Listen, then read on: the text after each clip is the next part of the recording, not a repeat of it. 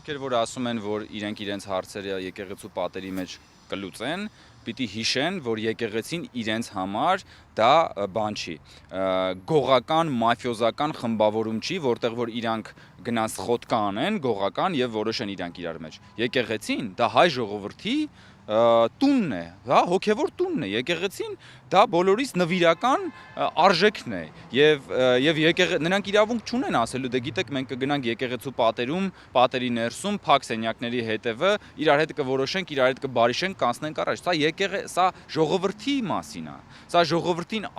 առաջնորդելու բարոյական իրավունքի մասին է, որովհետեւ եթե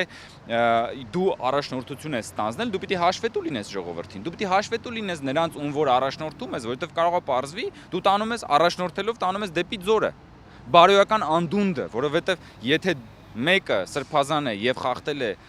բարոյականության գլխավոր կոդեքսներից մեկը, նշանակում է ինքը ժողովրդին այսուհետ այլևս առաջնորդելու է դեպի բարոյական անդունդ եւ դրա համար ժողովուրդը իրավունք ունի իմանալ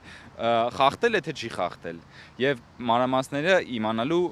իրավունքը միանշանակ ժողովուրդը ունի եւ այս հարցից խուսափել պարզապես հնարավոր չի։